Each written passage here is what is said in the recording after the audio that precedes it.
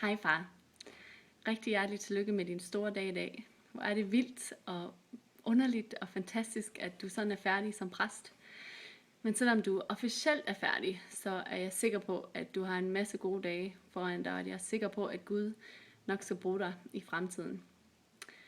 Far, jeg er rigtig stolt af dig.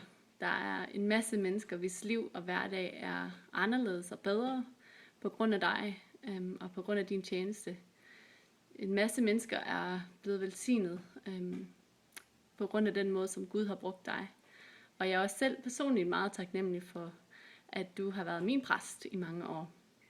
Rigtig godt gået, far. Og når vi nu siger tillykke til far, så må vi jo også hellere sige tillykke til dig, mor. Sådan fra præstefrue til præstefrue, så ved vi jo godt, at der er nogle stærke kvinder bag ved de præster.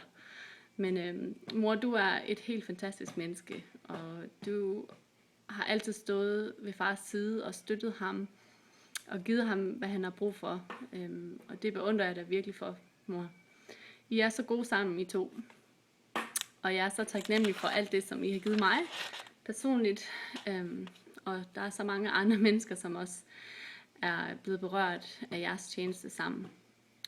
Så tillykke igen. Jeg håber, at I får en rigtig dejlig dag, og at I nyder den gode danske mad, som I sidder og spiser. Og jeg skal nok tænke på jer, og alt den gode mad. Ja. Men jeg håber bare, I får en rigtig dejlig dag, og jeg håber, at I nyder hinanden, og at I nyder venner og familie, som er der og fejrer sammen med jer. Og jeg vil slutte med et vers fra 1. Korintherbrev, kapitel 15, vers 57-58. Derfor, mine kære brødre, stå urokkeligt fast og giv jer helt hen i arbejdet for Herren. I ved jo, at jeres slid ikke er spildt i Herren.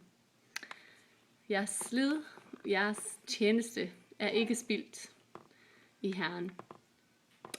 Det vil sætte spor i flere generationer, og det er vi rigtig mange, som er taknemmelige for.